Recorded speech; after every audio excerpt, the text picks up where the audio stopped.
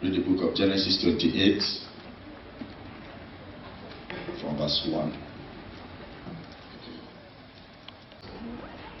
The altar is a place of power, it's a place of worship, it's a place of sacrifice.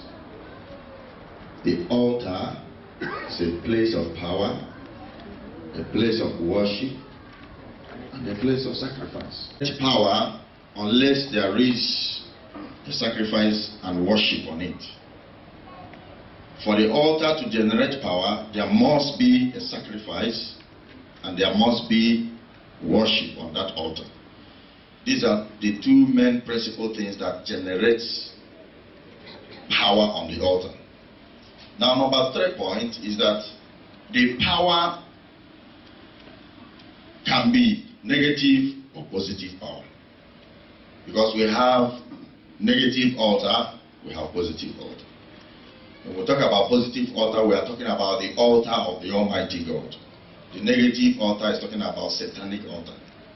So whether the altar is negative or positive, power must come out from there. So when the altar is positive, it is the altar of God. And the only thing that can generate the positive power of God from the positive altar of God is worship and sacrifice.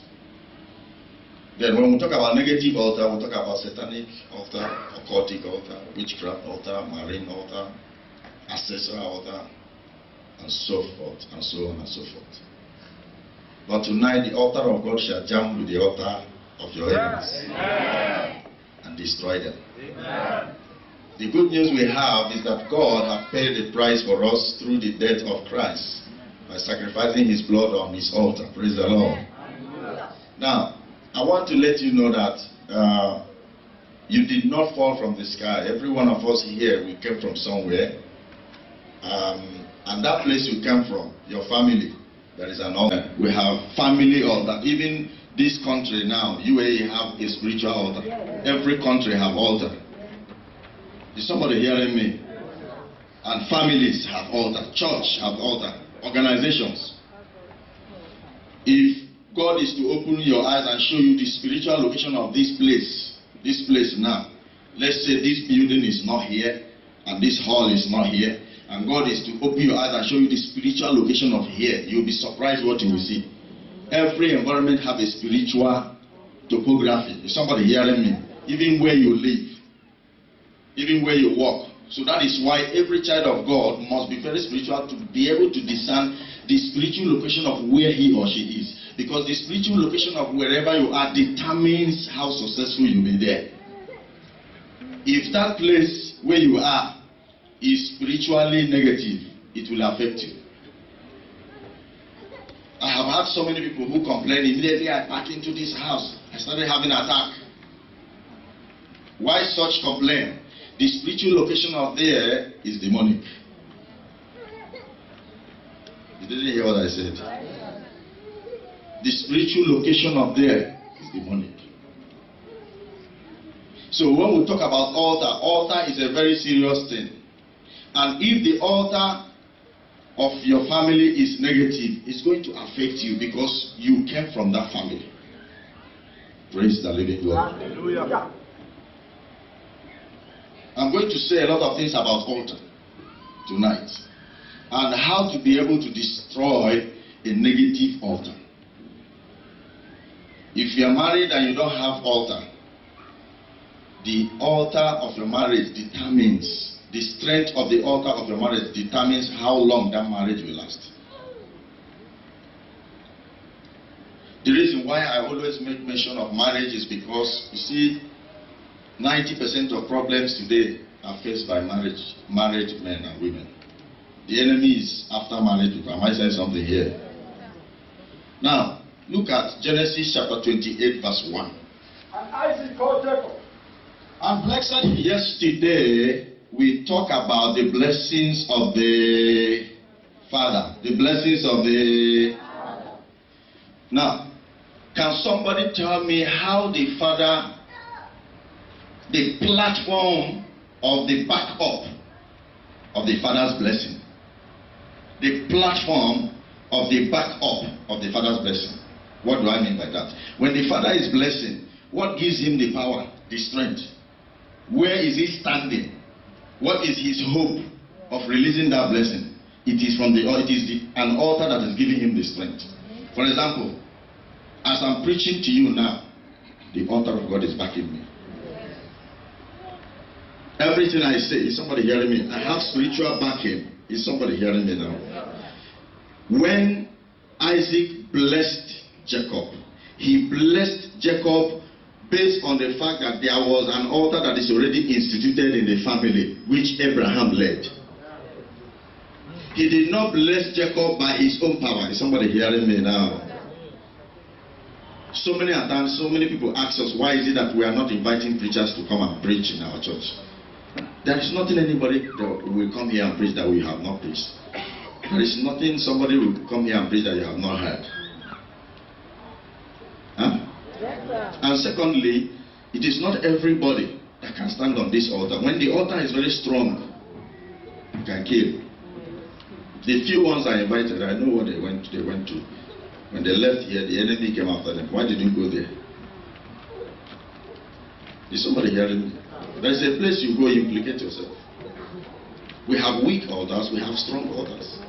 When the altar is very strong, it can cover the whole land. If there is someone here tonight that God will lay an altar for you that will cover your whole family and your whole nation. Abraham single-handedly laid an altar that affected positively his family, affected the whole Israel and the whole world at large. Altar is very strong and altar is very spiritual. Whatever negative altar in your family today shall be uprooted. Stand up, say, I will uproot that negative altar by myself. I will uproot it. Can someone say amen?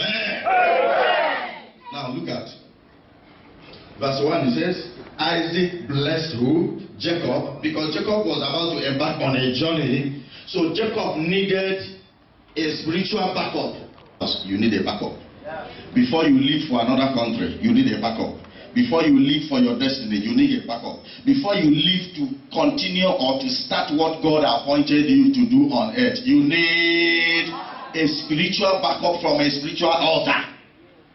But the problem in our society today is this.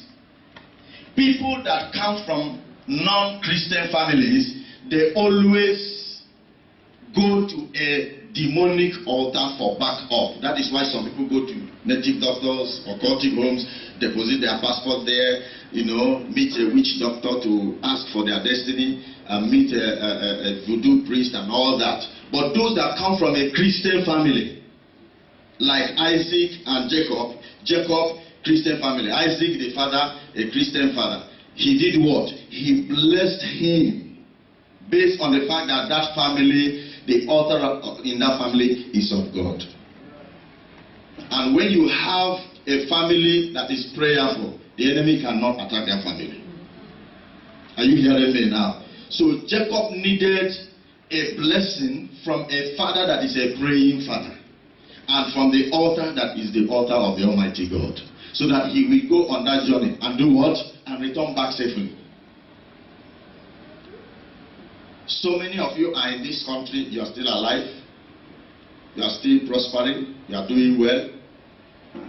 But so many people came, they went as corpses. Because there was no spiritual backup. I want you to jump up and shout fire 3 times wherever you are. Say, I will not return empty. I will not return empty. Say louder, I will not return empty.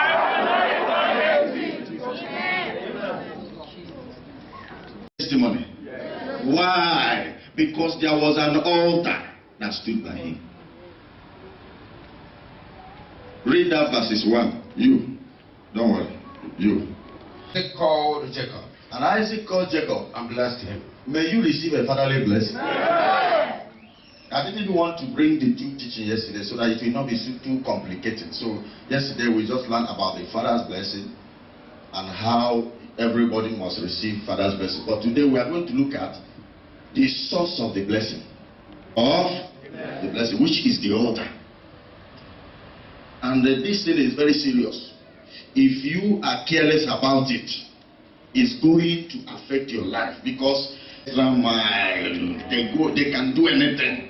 As I speak to you now, there are many people, when you enter their bedroom, you will see somebody there committing money for them 24 hours.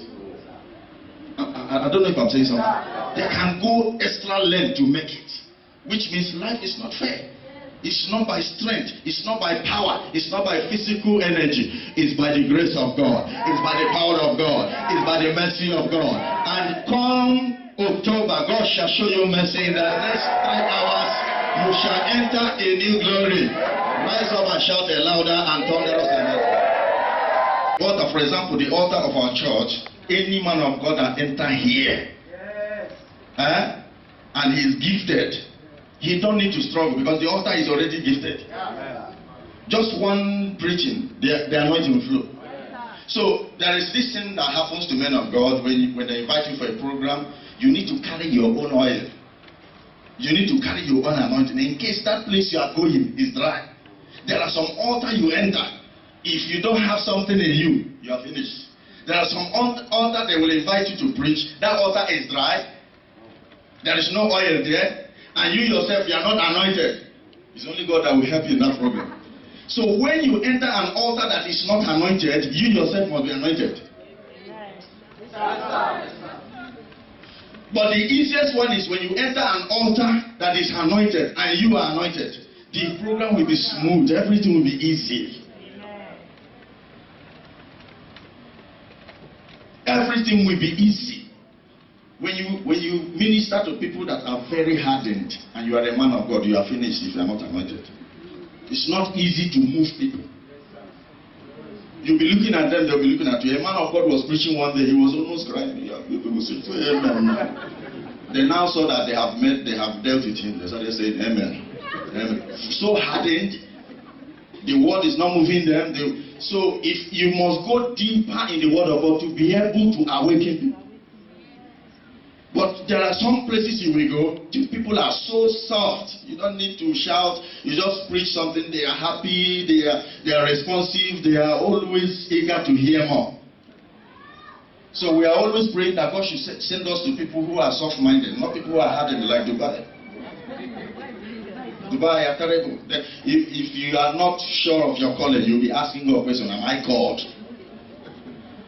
I know what I'm saying. You know what I'm saying? If you are not gifted, you are not deeply rooted in the word of God, you are not anointed, just run away. Don't even dream coming to Dubai. Now, look at something I want to show you.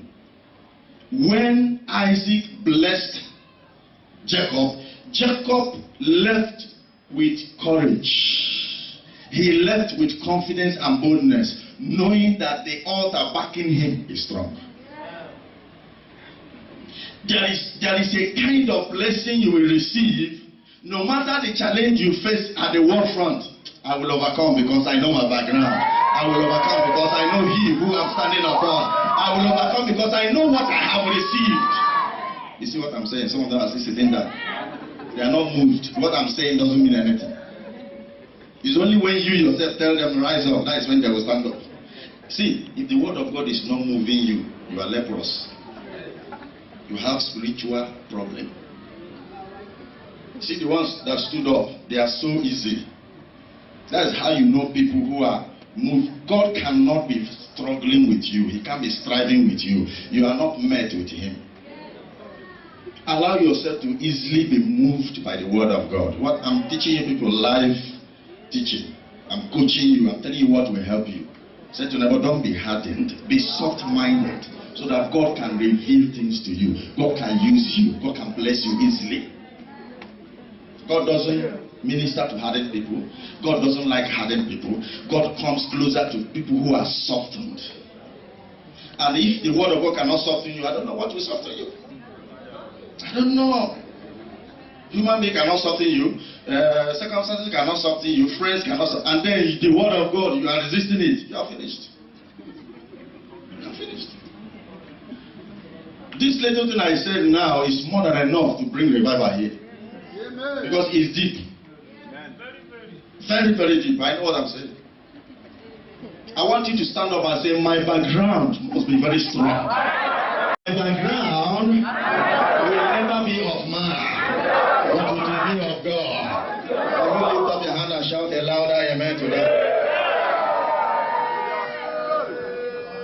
Come on, let's stay there. Let me tell you something. If you are sure of the God you serve, you will not be afraid of your tomorrow. If you are sure, I am sure that October something must happen. Something must happen. Something must happen in my life. Why should I panic when I have a mighty God? Why should I panic when I have a God that answers? Why should I panic when I have a God of Abraham?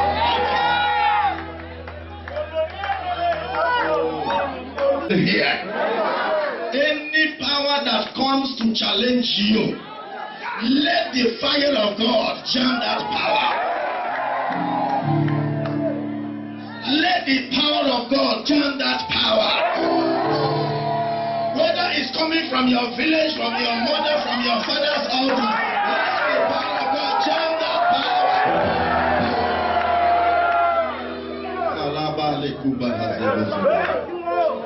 October is going to be fruitful. October. Listen.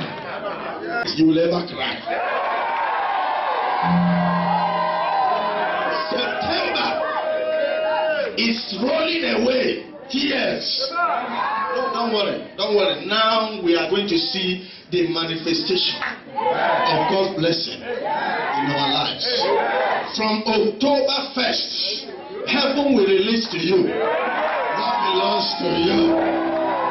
Heaven will release to your family your birthright.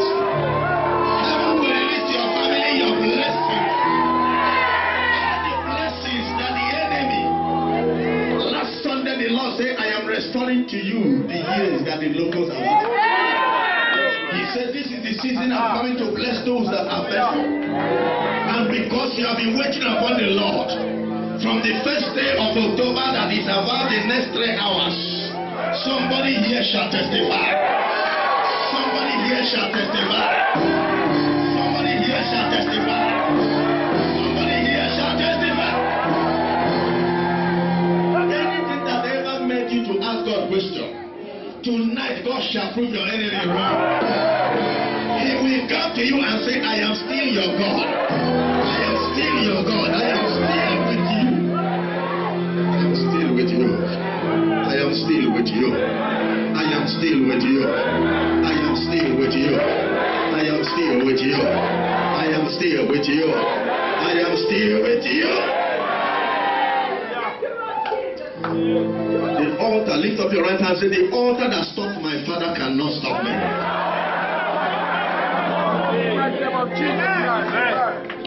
Hey.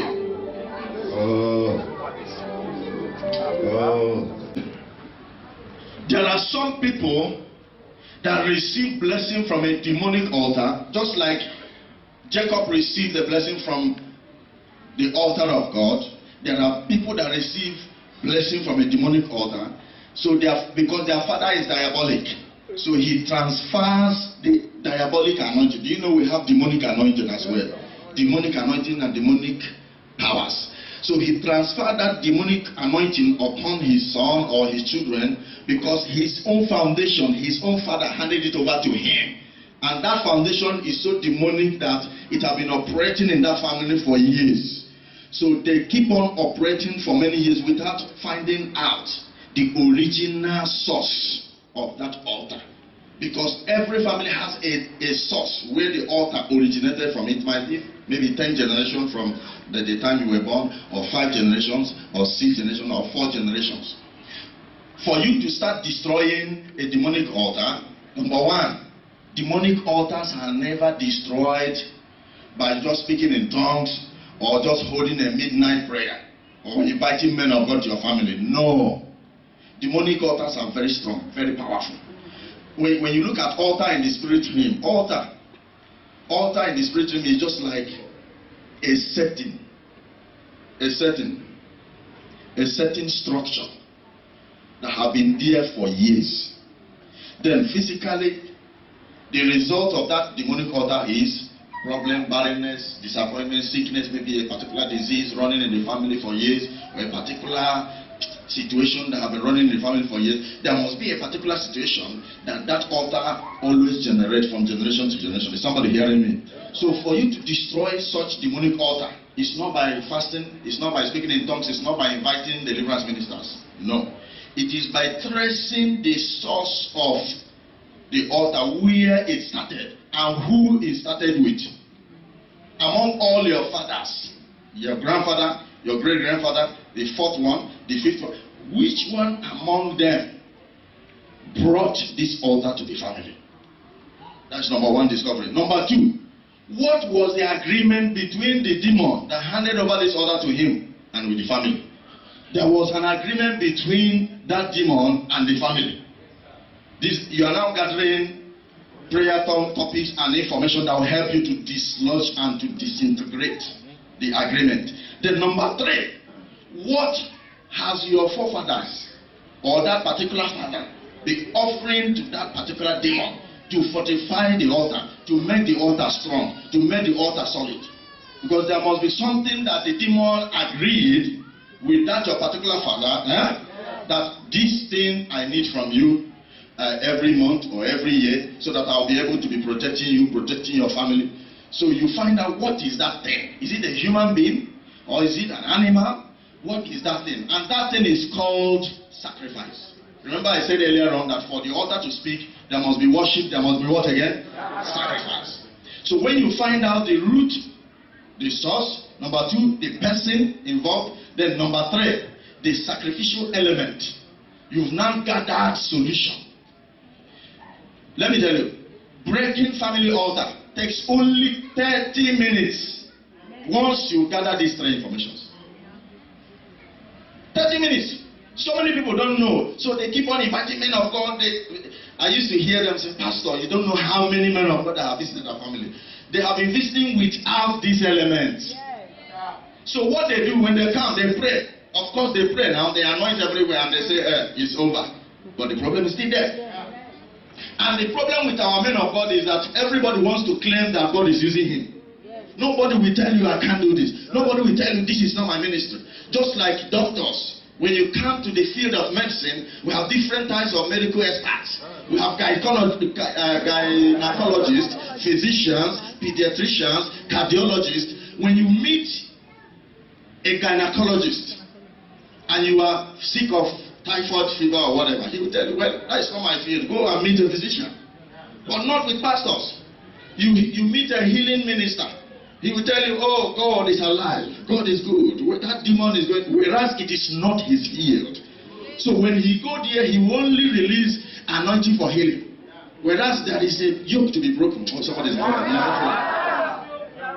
So that is why when they come, they pray. The problem is still there because they don't have the ministry to be able to find out what is the problem this family have been going on for more than 100 years, for more than 200 years. So when you pray, God will lead you to a deliverance minister that have that ministry of covenant breaking. Covenant breaking ministry is a ministry, is a calling on its own. There are people that have that calling. Once they come there, they know what to do. The day we went for family liberation in my family many years ago, the minister of God we invited, he was talking with the demon like this. He will tell us, look at what the demon said. And we will tell him, look at what we said. He will now tell the demon again. The demon will tell him what he will. So he was just like a mediator between us and the demon. The demon said, we are not leaving them. Look at what their father gave me. Look at what must be done. So the man will tell us, look at what he said. We will tell him we don't need him. We now want to serve the living God. We are not going to, all those things we will give it to God in the church. I don't know if you are hearing me. Because the minister has that ministry of covenant breaking. So at the end of the day, there was an agreement. We got the secret. We got the cause of the problem. And we were able to break that yoke.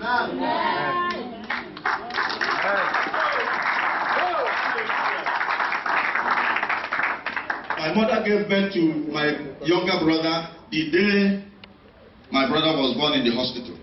A very dark, huge man with fowl in his hand appeared before my mom. This man was so huge that my mom could not see the face. And the man just presented the fowl like this. before my mom and disappeared within 3-4 seconds. My mom was so terrified. She had never seen such thing before. So when she came to ask my father what it meant, my father just smiled and said, that is the demon, the idol of the community. That is how the idol appears to every male child that is born in every family to demand for a vow. So that the appearance of that male, that demon was that the boy must present a vow. The family must present a vow on behalf of the boy. I don't know if you are hearing me now. So this wasn't done for many years because then they don't know God, they are not prayerful. Until when we became a Christian family, then that same vow, we went and gave it to the church. Say, you demon, if you have power, go and ask God. Collect the power from God. I understand. Jump up and shout, altar versus altar. So which one will win? So begin to rejoice because that altar. Amen. Sit down. Just once you gather these informations, it is now easy to break the covenant. Is somebody hearing me now? Once this is done, there is another step again. But before I go to that step, let me tell you something about demonic altars, family altars. The day you were born, 2 altars joined together to fight you. Number 1, your mom came from a family, and the family she came from made up of a father and a mother. It was a man and a woman that gave birth to your mom. That man and woman that gave birth to your mom, they have also altar. Then each of them again, your grandmother, her father and mother, she also linked with the father and mother. There are many things fighting you. So some people think that once they become, there are so many churches that preach, once you are born again, you are now a new creature. The Bible says all things are passed away. If all things are passed away, go and throw away your house and your car key you had when you are an unbeliever. If all things shall pass away, go and throw away your phone. In fact, burn all your clothes. Begin to buy new clothes. You are not born again, so you have to start everything new. There are some things that must be dealt with. Salvation is in different form. That you are saved does not mean you are delivered yet. It is your soul that is saved by the redemption power of the blood of Jesus Christ. Then you need to go for deliverance. Stand up, say to 5 people, go for deliverance. Go for deliverance. It is when you are delivered that the enemy will now release your right. That is why so many Christians are saved, but they don't have access to their right. Because those covenants that was made when they were still in the world have not been broken. And let me tell you, there is nothing as worst in this life as ignorance. What you don't know, you don't know. But once you know it, you have solution. Say after me, information transforms a man. For lack of information deforms a man. To be transformed is to be informed. Praise the Lord. So when you are a child of God and you are serving God in truth and in spirit, and you really want to know the root cause of the problem in your family, and you have been praying about it for many years, God will give you revelation one day and show you what to do. Are you hearing me now? And show you what to do. There are demons in Africa.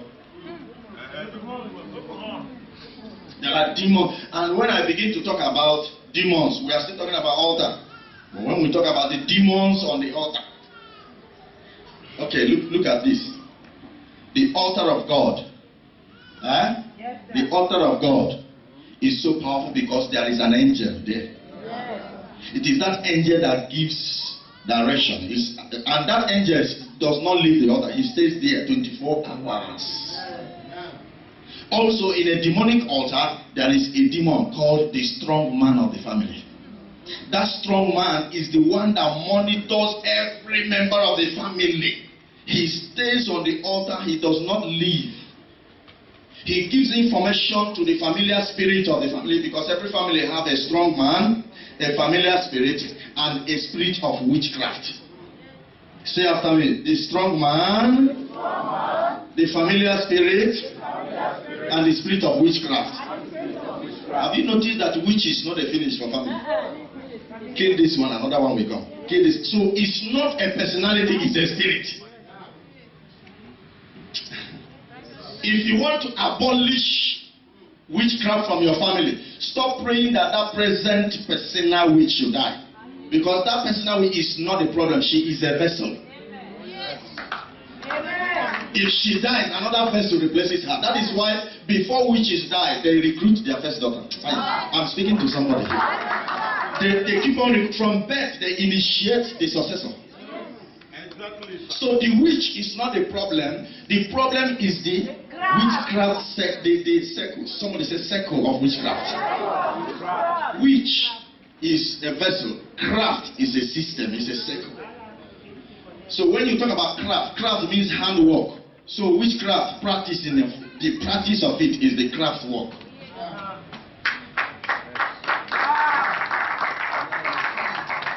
So these three demons are they are the demonic messengers in every family. The strong man, the familiar spirit, and the witchcraft spirit. The strong man, the familiar spirit, and the witchcraft spirit.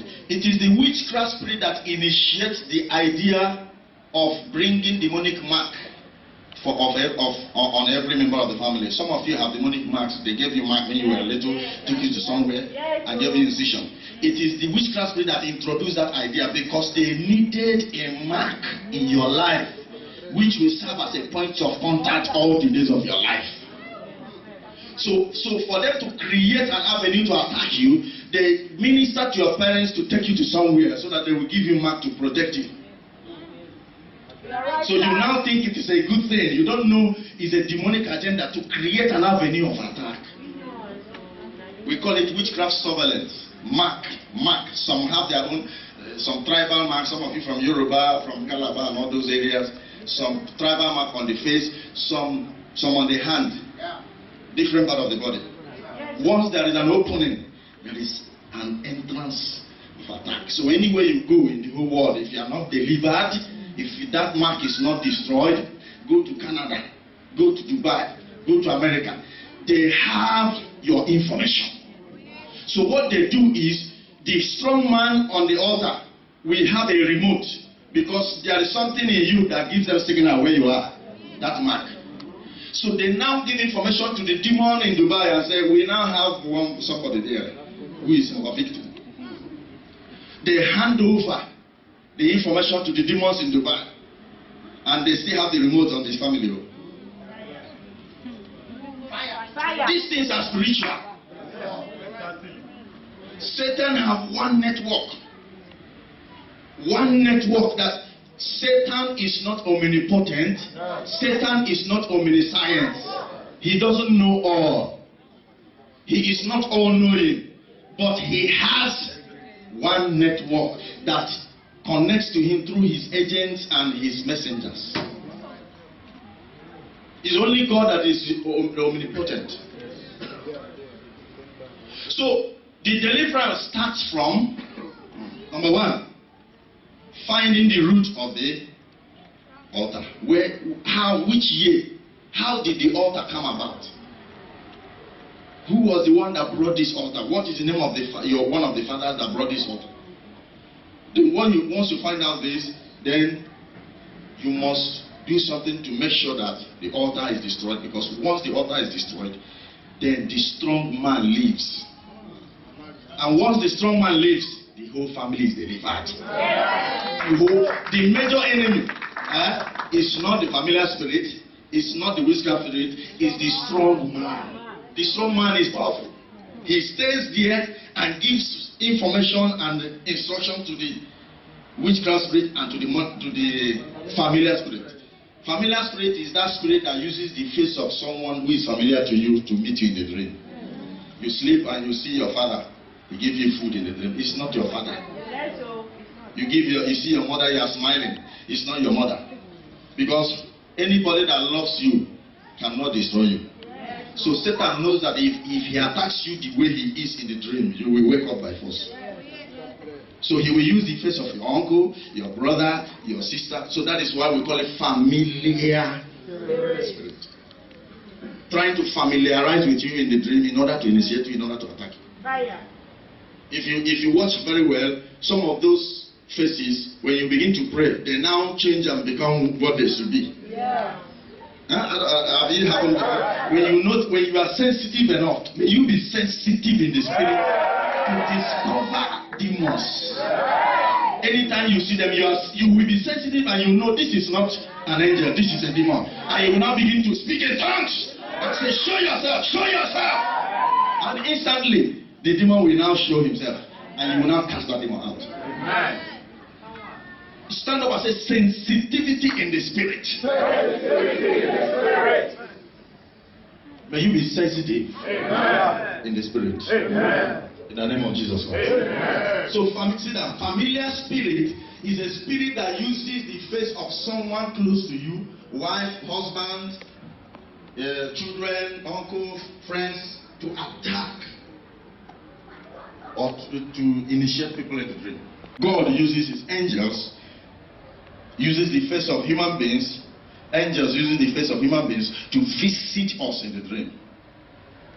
Angels use the face of ministers of God, born again Christians, men of God, to visit us in the dream. That is the same way demons use the face of people around us. So when you are prayerful, God will build you so strong that you will be sensitive. When that demon comes to disguise himself, you will notice it in the dream that this is not an angel but a demon. Are you hearing me now? A man was sleeping, the wife was sleeping beside him, and he had a dream where, I don't know if you have seen mouse. This kind of rat that have long mouth. Mouse. It used to smell. So he saw that mouse in the dream. He was chasing the mouse. Chasing the mouse everywhere in that dream. And the mouse ran to one corner and hid. So he came there and saw the mouse and gave the mouse a blow. And giving the mouse a blow and his hand landed in the mouth of the wife physically is the same thing. The mouse said, "Hey, my mouth. He said, hey, so you are the demon." No, let's be realistic. What does it mean? Tell me, how can you be killing a mouse and physically? Somebody will say it's coincidence. There is no coincidence in spiritual matters. Huh? No, there is no coincidence in spiritual matters. In such a case, if that man is still not convinced and God loves him and God really wants to deliver him, God will still show him another one. May God show you a hidden secret tonight. I said, may God show you a hidden secret tonight. If you believe, rise up and shout it louder. Amen. Say, every altar from my father's house, from my mother's house, fighting my destiny, fighting my star, strong man on my father's altar, strong woman, witchcraft spirit on my father's altar, familiar spirit on my father's altar. You will not follow me to the month of October. Catch fire, catch fire.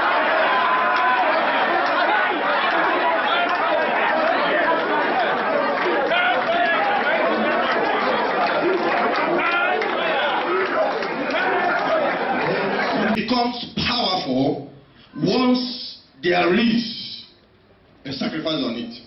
Now, let's go back to your father's house and let's go back to the strong man once again. The strong man on your father's altar is the chief demon of the family. The chief demon of the family. This strong man becomes active once there is food for him to eat. And the food he eats is sacrifice, blood. It is blood sacrifice that makes every altar, whether good altar or bad altar, it is blood sacrifice that makes every altar strong.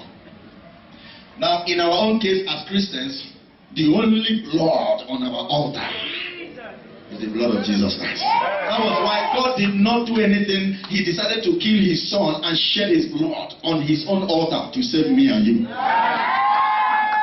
So all the whole bloods in your father's altar have been defeated by the blood of Jesus Christ. Is somebody hearing me now?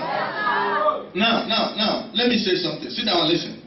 The blood of Jesus Christ will fight for us once we discover the secret of the altar of our family. We cannot just apply the blood of Jesus Christ by praying, just like I said earlier on, inviting men of God, organizing 7 days, all night, and the problem is still there. No. The problem must be discovered through revelation. The secret of the problem must be discovered through revelation and through inspiration. That is when the blood will now speak on our behalf and fight and destroy the negative blood that have been on that altar in the family. Amen. So once there is a sacrifice on the altar becomes so active. Maybe a goat, sheep, maybe cow, even some human beings. And the higher the blood, the higher the power. Those ones that eat only the blood of fowl, they are strong but not too strong. The ones that take the blood of goat is more stronger than the ones one of fowl. Then the one of cow. Then the one that take human beings. Do you know, I heard something and I could not believe it. I heard that in some communities that there are so many communities today whereby the king, before he will be buried, they have to bring 7 human heads. Hey, to bury the king. So immediately the king dies, everybody in the community. I used to hear, I think this thing was, it was so rampant in the olden days. Why now? Why now? 7 human heads. Such community, their own deliverance is only God the Father that will do it. Because human blood, I don't know if you are hearing me. Not 1, not 2, not 3. And let me tell you people something about human blood. If you read Genesis very well and see what the blood of Abel told God Almighty, you will know that one person, just that one person died mysteriously. Anybody that is responsible for that death is in trouble if he does not repent. Let alone when there is a lot of blood shed.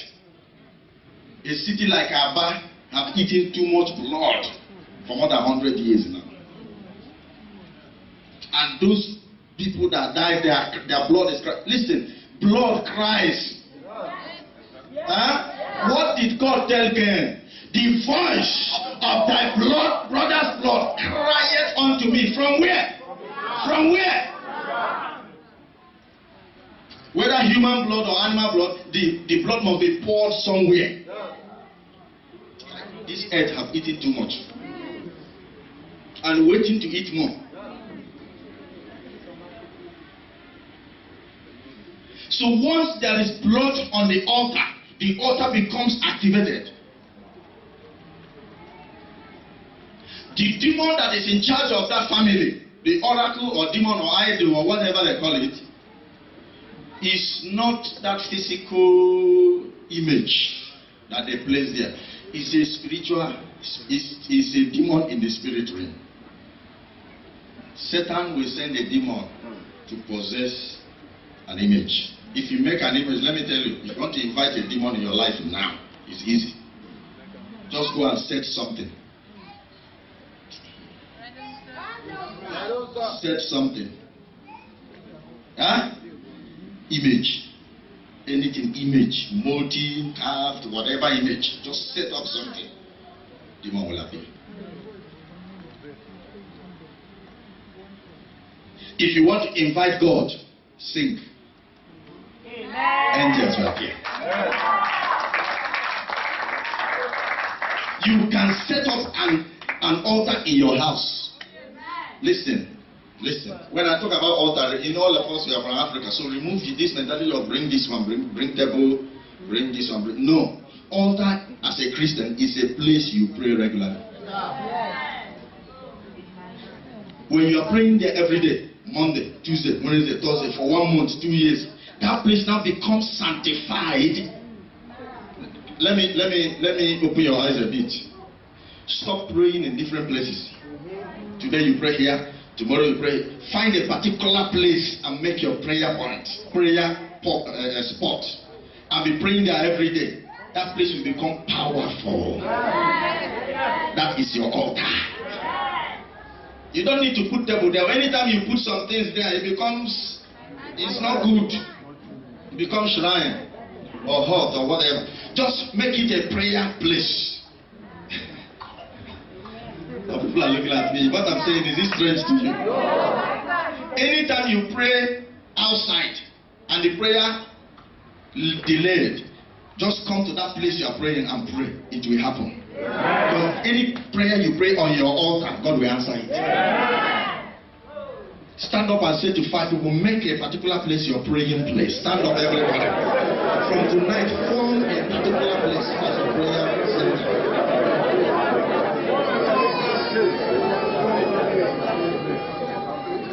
How many of you are listening to this message? Are you hearing what I'm saying? Because you are going home now to destroy that altar from your father's house. Rise up and shout a louder amen as you believe.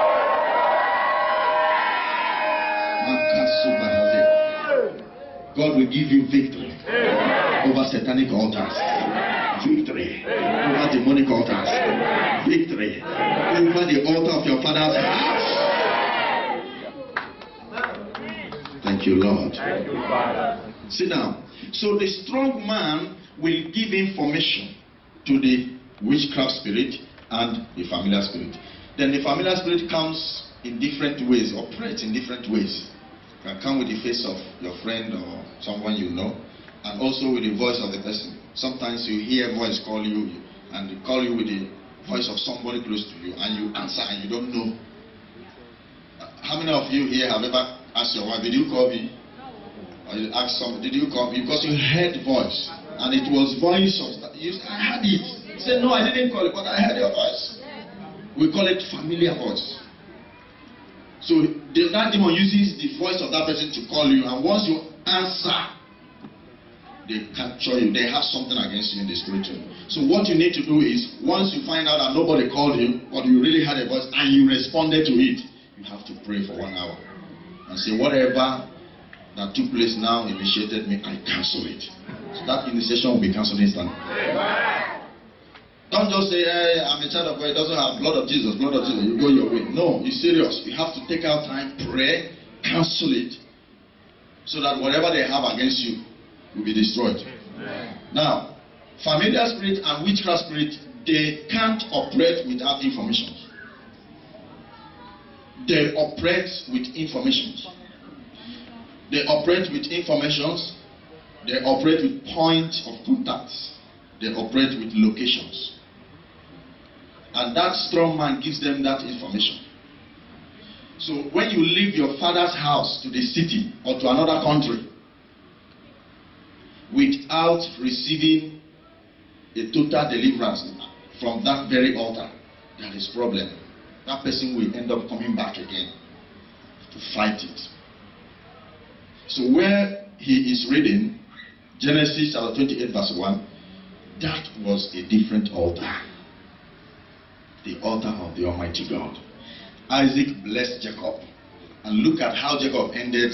Jacob left the presence of Isaac with a very strong background. Is somebody hearing me? When you travel out of Africa from a man of God who is anointed and he blessed you, he consecrated you, you are anointed, and say, go. After destroying the one from your family, he now anointed and say, go. Then you now have a solid background, which means you are coming back with testimony. Look at Jacob. Jacob traveled. Let's see what happened now when he traveled. Let's see what happened. Look at verses 10. Genesis 28. He left with the blessing. He left with the backup. And he was so confident that he will make it, despite the challenges waiting for him, because he knew that the altar that blessed him is the altar of God. Look at verse 10. Went towards Haran, and he lighted upon a certain place, and tarried there all night, because the sun was set. And he took up the stones of that place, and put them for his pillows, and lay down in that place to sleep. Verse 12. And he dreamed, and behold, a ladder set up on the earth, and the top of it reached to heaven.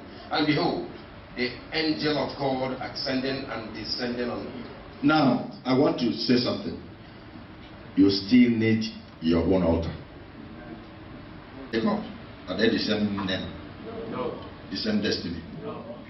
Huh? No. He just managed to step out with the strength he received from his father's altar, but he needed his own. Because he will have children, he had destiny.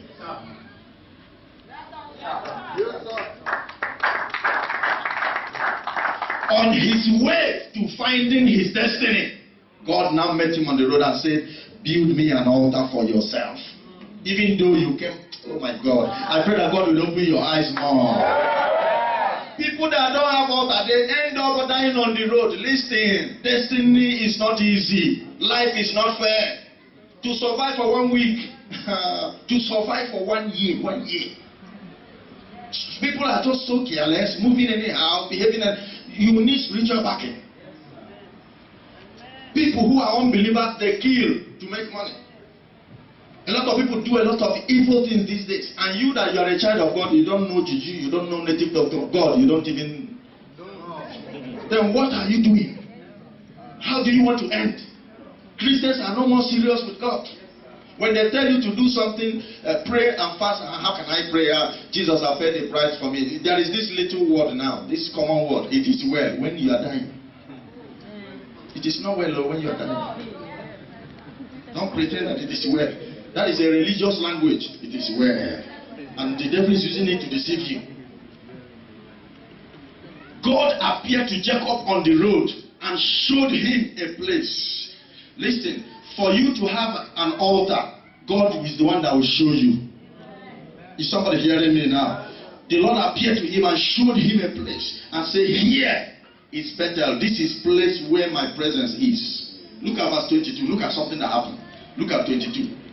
Which I have set for a pillar shall be God's house. This shall be a place, the sanctuary of God, a place that I will meet God, a place that I will always communicate with God, a place that I will call the altar of God, a place that I will pray and God will answer me, a place that I will have a relationship with God, a place that I will stand and intercede for my family and God will hear me, a place that I will intercede for my generation and God will hear me. It's a place of encounter. Somebody rise up and shout encounter, encounter. A place of encounter. Don't pass me by. Jump up and shout fire now, wherever you are. And truly, the master passed her. She said, okay. She ran and touched him. And something happened. Divine encounter is a meeting place between divinity and humanity. A point where divinity meets with humanity. And that place is your altar. May God show you where you will worship Him. Somebody sit down. Somebody said the other day, Pastor, I am just, our church is so powerful. I know I'm enjoying the grace of God. You say you better build an altar for yourself because everybody here, we don't have a member here. Everybody here, the members of Just Commission are still coming.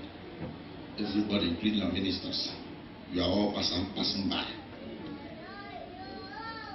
So what if tomorrow you see yourself in Jamaica, or see yourself in London, or see yourself in... Everybody is passing by. Everybody, especially our married men here. Everybody wants to train his children. In fact, everybody's eyes now is either in America, Canada, or Australia. These three countries are in trouble in the future. Canada, America, and Australia. Say the truth. The next 5 years, none of you will hear. Even some of you already, you're preparing yourself. You can lose. So how are you a member?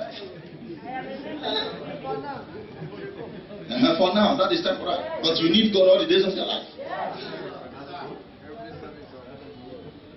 So what we are teaching, so stop deceiving yourself and say, I'm in Dubai. You are too relaxed. Those that left before now, if they had known, it is now that everything we taught them is now working in their brain. But now they can't come back. It's just like somebody that graduated from school. You can't go back to school to learn something you didn't learn that time.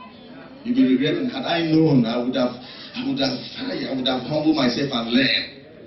Because now everybody have known you as a medical doctor, as a qualified nurse, as an engineer. Yet you didn't know anything. You just bought your way through school. So everybody see you as a qualified professional, but you did not acquire knowledge. You will be dying in silence. You'll be dying in silence. So it's time for you to acquire it. Because you don't know where future will land you tomorrow. Even though in our education system now in Africa, there are some people now, as I speak to you, in the school that have been in school for more than 10 years, they know they graduate. They don't want to graduate. You don't understand the situation now. They don't want to graduate because you know what? If I graduate, where will I see a job? So they keep extorting money. I'm telling you, from people who are training them. Every day they are doing carryover. You don't know that there are some people that are in school for more than 12 years now? More than 12 years. They know they graduate. They know them as resident.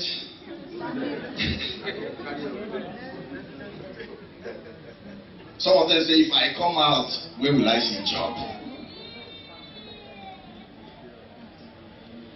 I want to pronounce to you that from October, your story will change. I say from October, your story will change. From October, your story will change. Lift up your two hands and shout hallelujah wherever you are.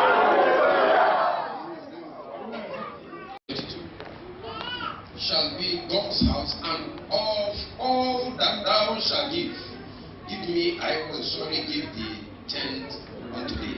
He made a promise. He made a vow. He said, Father, if you bless me, okay, look at the rest of the statement. Look at the rest of the statement. For you to know that journey of destiny, journey of destiny, journey of destiny. If you dare step out without God, if you dare step out without God's full support, full backing, you will stop on the way. Journey of destiny is not a day job. It's not everybody that started that end well. It's not everybody that started that continue. Journey of life is not easy. You need God. So Jacob understood that without God, he cannot make it.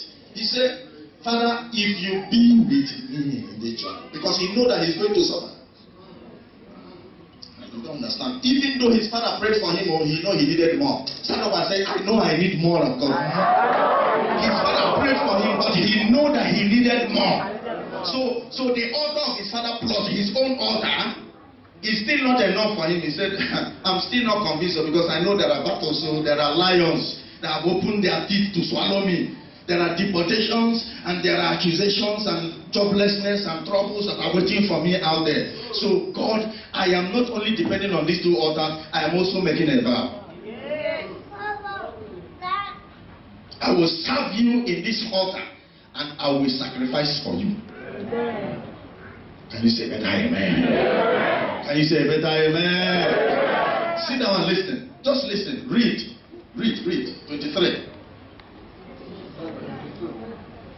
That is the last one. Okay. Now listen. If God was with Jacob, some people will say, why did he have to suffer for 21 years serving a man? Even at the end of the day, the man wanted to play him. You know, there are some people after serving, they want to leave empty. Laban wanted to leave him empty. He served for 7 years for Rachel. At the end of the day, Laban gave him another one, Leah. When he found out that it was Leah, it was Rachel he wanted. He said, what do I do?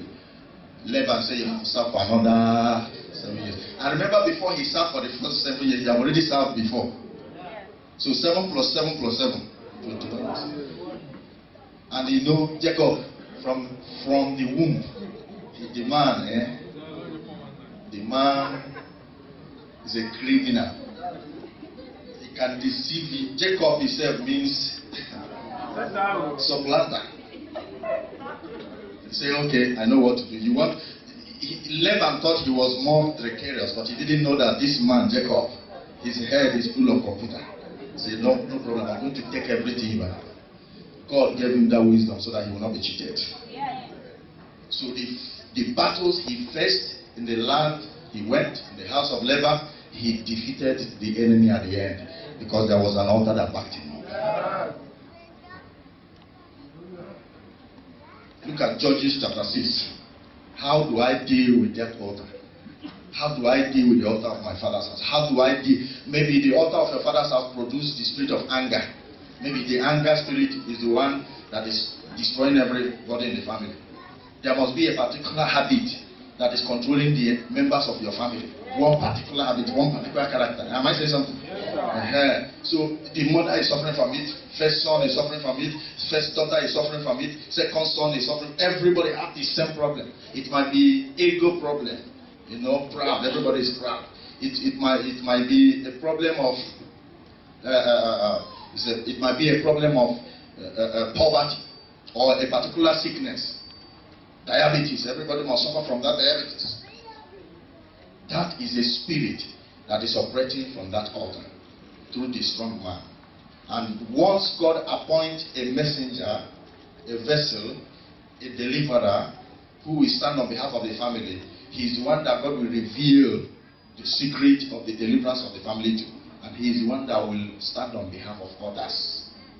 So many of you here, it is through you now that your family come to know God. So it means that God has chosen you for the deliverance of your family. And he will reveal to you the secret of the problem. Because you must destroy that altar. God cannot institute his altar on top of a demonic altar. No. Demonic altar must be destroyed before God will build his altar. Because light and darkness cannot dwell together. Amen. Judges chapter 6 verse 11. And there came an angel of the Lord and sat under an oak which was in Ophrah, that pertained unto Joash the Abiezrite, and his son Gideon, to rest wheat by the winepress, to heed it from the Midianites. And the angel of the Lord appeared unto him and said unto him, The Lord is with thee, thou mighty man of valor.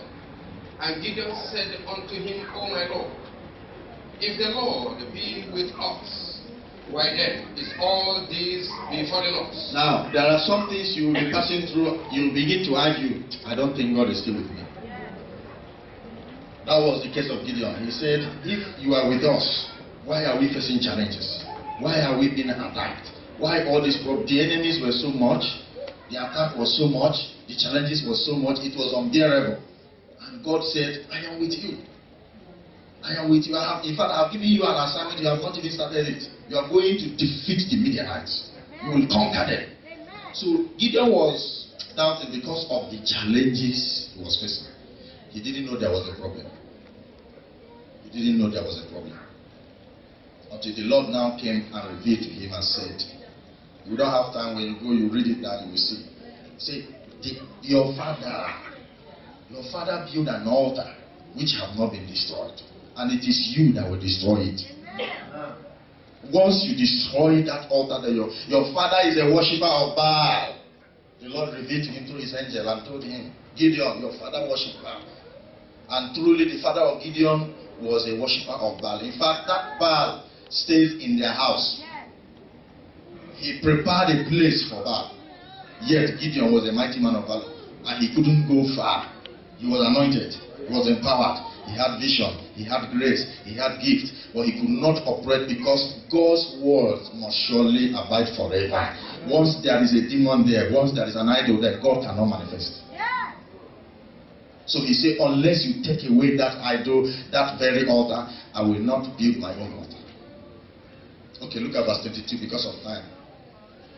Verse 22. And when Gideon perceived that he was an angel of the Lord, Gideon said, Alas, O Lord God, for because I have seen an angel of the Lord face to face. Verse 23. And the Lord said unto him, Peace be unto thee, fear not, thou shalt not die. Stand up and say to 5 people, you shall not die the month of October. You shall not die, you shall not die, you shall fulfill your destiny. Everybody stand up.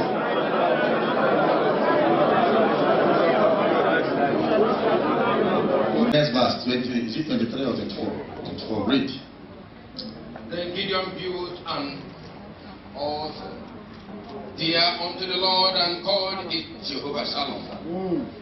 And this day it is yet in offer of the appearance rites.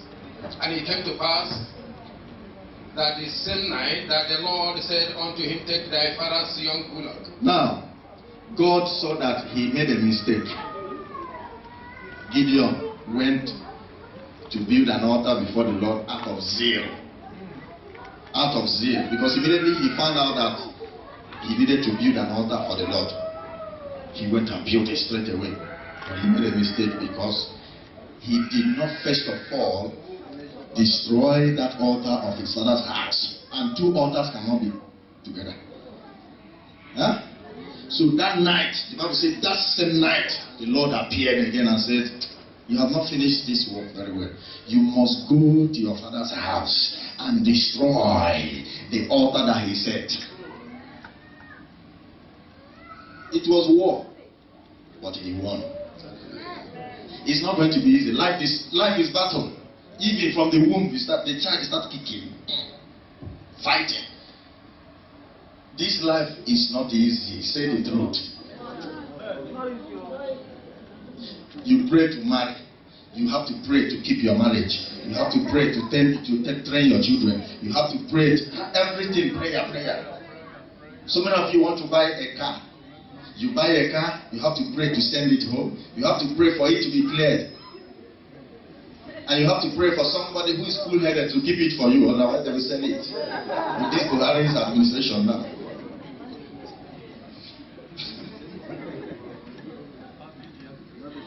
You fight to make money, you even fight to keep it in the bank, you fight to pray so that the bank will be behaving well.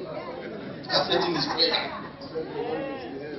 You buy a house or some people buy a house, somebody else has bought the house.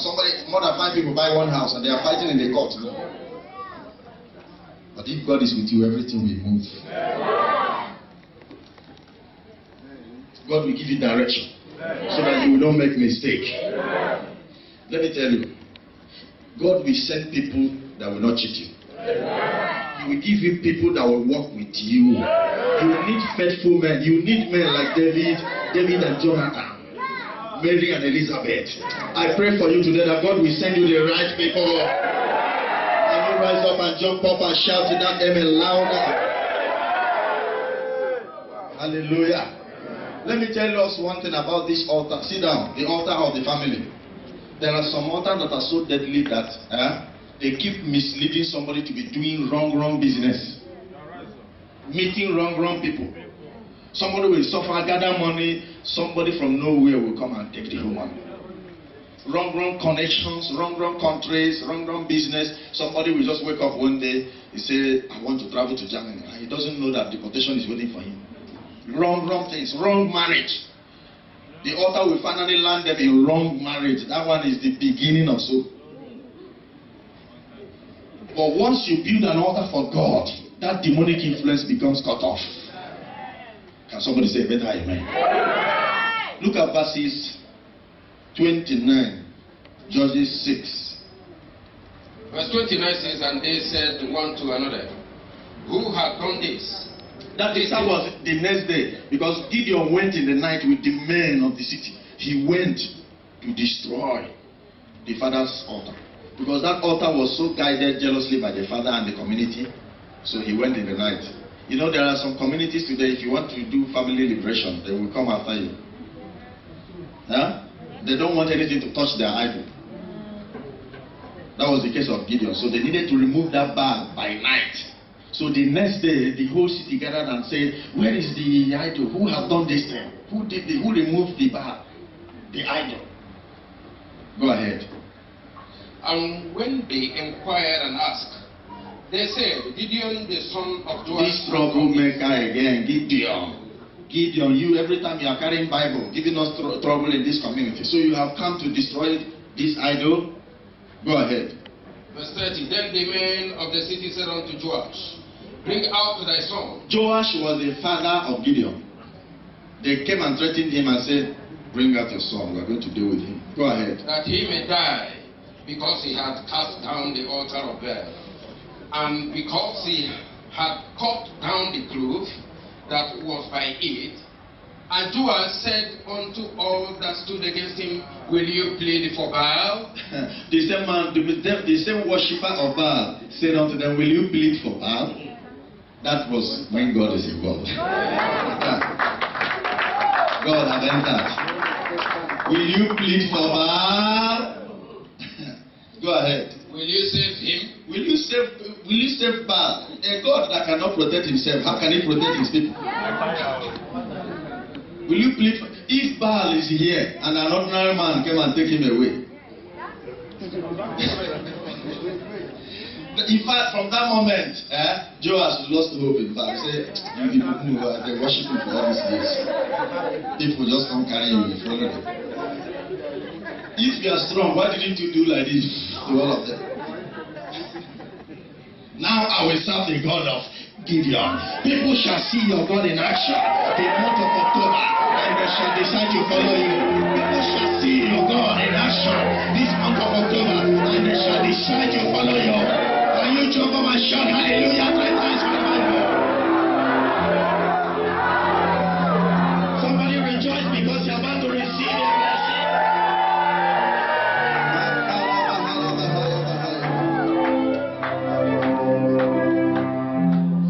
For him, let him be put to death, which it is yet morning. If he be a God, If Baal is God, let him plead for himself, because one hath cast down his altar. today, that altar of your father's house, if I be a son of God, let it be cast down. Let it be cast down. Let it be cast down. Let it be cast down. Let it be cast down. Let it be cast down.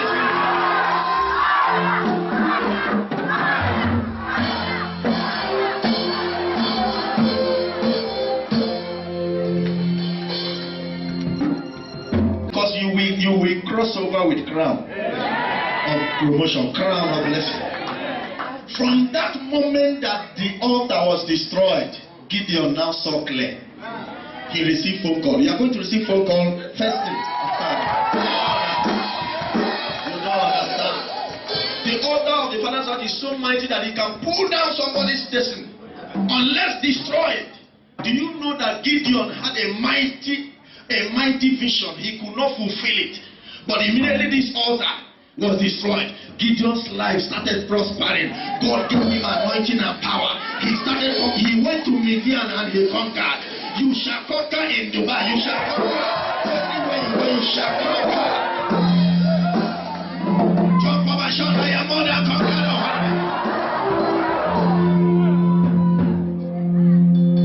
This altar causes.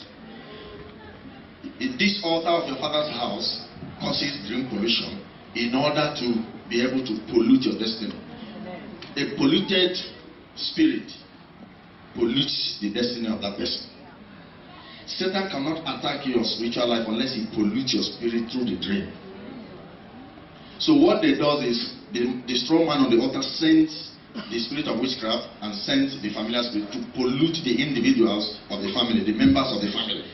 No matter where they live, they meet them in the night, pollute them through different means in the dream. And once you are polluted in the dream, it will affect your spiritual life, it will affect your finances, it will affect your marriage.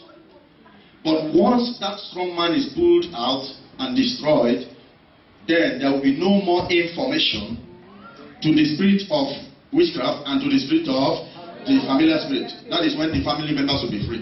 Now, have you noticed that there is a particular season in the family where every member of the family has the same dream? Everybody has the same. This one dream, this one, this. That is the season when those spirits are in operation. When they want to kill somebody in the family, when death wants to occur, everybody will be seeing the spirit of death at the same time. Is somebody hearing me now? Because they have already polluted the spirit. Let me tell you, your spirit must be sanctified. And God will make you sensitive to resist attack in the dream. You will not be initiated in the dream. Your spirit will be sanctified always. May the Lord cleanse you and sanctify your spirit always. Dream pollution. Dream pollution. So many people commit immorality, commit fornication. Once they see the demon of fornication in their dream, they have that sexual contact in the dream. Physically, they now commit it. Many people physically, spiritually, somebody takes money from them in the dream. Then money is coming to their hand the next day. The money will cease. Many people eat food in the dream. They give them spoiled food, spoiled water. They take it, they drink it. Those things you eat in your dream, they are called deposits. They deposited something in you and they use it to deny you your physical miracle, which means in the spirit realm you have consumed what you should eat physically.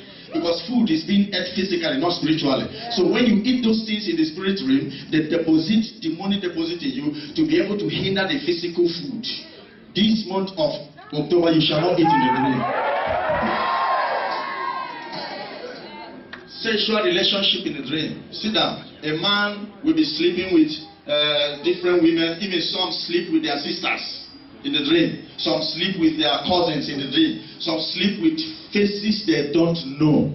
These are dream pollutions. We call it man-made spirit, marine spirit, spiritual wife, spiritual husband. What they do is to pollute you spiritually, so they'll be able to attack your finances and attack your miracles. There is spiritual snake bites. Spiritual snake bite. When a snake bites you in your dream, that snake transfers into you what is called a spiritual venom. And if care is not taken physically, it can result to sickness, death, attack. So once you have snake bite, you wake up, you take olive oil and you pray for 1 hour. Cast it out. And you read the Bible very well. Quote the word of God. Matthew 15 verse 13. Whatever is not planted by God shall be uprooted. The word of God will be uprooted instantly. That is what again we call a spiritual handcuff. Every time you see yourself in the dream, they come and put handcuff in you. Some people you don't know, some faces you don't know, they are taking you to somewhere. They have handcuffed your hands in the spirit, which means that, okay, how do you do exploit? You do exploit with hands, which means that physically that person cannot do anything. Spiritually, the hand have been caged. Stand up and say, I'll lose my hand by fire. Spiritual handcuff. Once you wake up from such dream, you pray for 1 hour. You pray for 1 hour and lose yourself. With Matthew 18:18, the Bible says, what we bind on earth shall be bound in heaven, and what we lose on earth. Don't take such dreams for granted. Once you have such dreams, wake up and pray. Wake up and don't wait for any pastor to tell you. Wake up and pray. Let me just narrate them before we pray. Narrate few of them. Dream pollution. Another one is a demonic injection. You see yourself in the hospital. They take you to hospital, and doctor will come out with a white robe. The nurses will come and they inject you with needle. They put inside you demonic medicine that kills your blessings, that kills your dream. Once you have such dream, you know what it does? It kills your idea of productivity. You can't produce ideas. You can't bring out ideas that will help you to make it. But today, that demonic injection shall be removed. Another one is what we call spiritual Barbie saloon. That you see yourself maybe as a man or as a woman, they take you to a Barbie saloon in the spirit, and they are barbing your head. That means, do you know your head is your glory? They are removing your glory. They are removing your glory. That your glory shall be restored. When you are empowered, all these dreams will not have an effect on you. In the spirit, when they take you to that place, you take that very, what do you call it? Above their head. When you are empowered, when they bring food for you, you will not eat it. You will force them to eat it. That is what we call sensitivity in the spirit. Drink pollution. Swimming in water is drink pollution. You swim in dirty water. Then men pregnant in a dream. A man, you see yourself, you are 4 months pregnant, 5 months, even some deliver. The dream.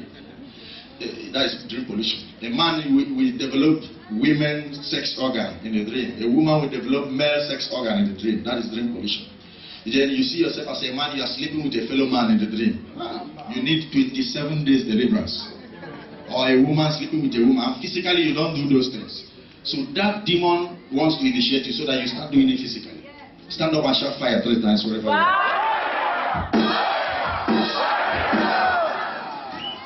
There are many of them walking barefooted in the dream. You don't have shoe in your leg, you don't have anything, you are just walking barefooted. Or you see yourself in the dream walking every day you see the same thing. You are walking in the bushy areas. No house is there. You are walking in the bushy area or in marketplace or in a mountain area or valley where nobody is there to help you. You are just walking alone. That is the spirit of wandering. You are just wandering. You are a spiritual wanderer. That is spiritual pollution. Another one is if you are here, you see yourself every time in the dream you're taking bath outside your house with a bucket of water, and you know it's not good, or you can't hide. You are trying to hide, but something is just keeping you there to bath outside. Always, it happens. That is dream pollution. Or you see yourself locked up in the toilet every day in the dream. Try to open the door, no way. Every day you must. And the worst part is that you are trying to open the door is always locked.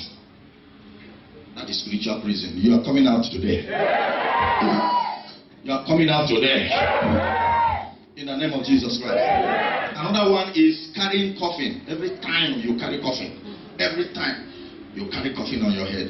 And also you see dead people, your dead grandmother, dead friends, dead schoolmates, dead uncle, dead people. Today you shall see living people and not dead. I'm not hearing your amen. Or every time you dream where you are always sick in the dream, sickness. It's either they take you to the hospital or that you're always sick, vomiting every time you are vomiting. Every time they perform surgery on you, every time they say, people are saying sorry to you, sorry. You are always sick in the dream. That is dream pollution. Then another one is this one. Are you scared? Should I stop? No. I'm giving you revelations. Yes, sir. Because this night we are going to, if you find yourself in any of them, you are going to break out of it. God wants you to cross over as a new person. Can you say better amen? Can you say better amen? Blood cuts in the dream. Somebody using razor blade or something to cut you and blood. It's not good to bleed in the dream.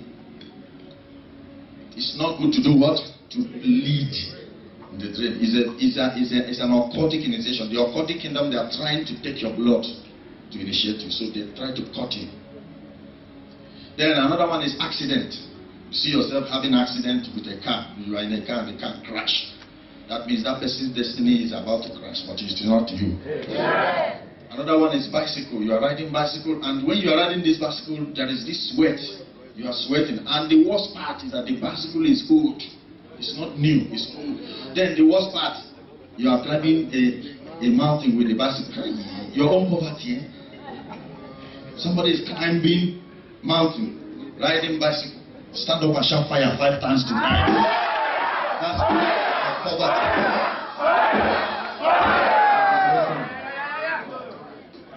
The last but not the least is. Last but not the least, you see yourself in a dream. They say you are with Obama or with Goodluck Jonathan, and people now come and start snapping you. Journalist comes and they say you are a celebrity. They are taking picture, anything that takes your picture in the dream. Satanic gadgets, satanic video camera, pictures, television. It is satanic initiation. It's not good for your picture to be taken in the dream. It's good to see great people in the dream. It's good to see mighty people in the dream. It means that you are born to be mighty. But it's not good for you to take, for your picture to be taken in the dream. Somebody is not saying that here.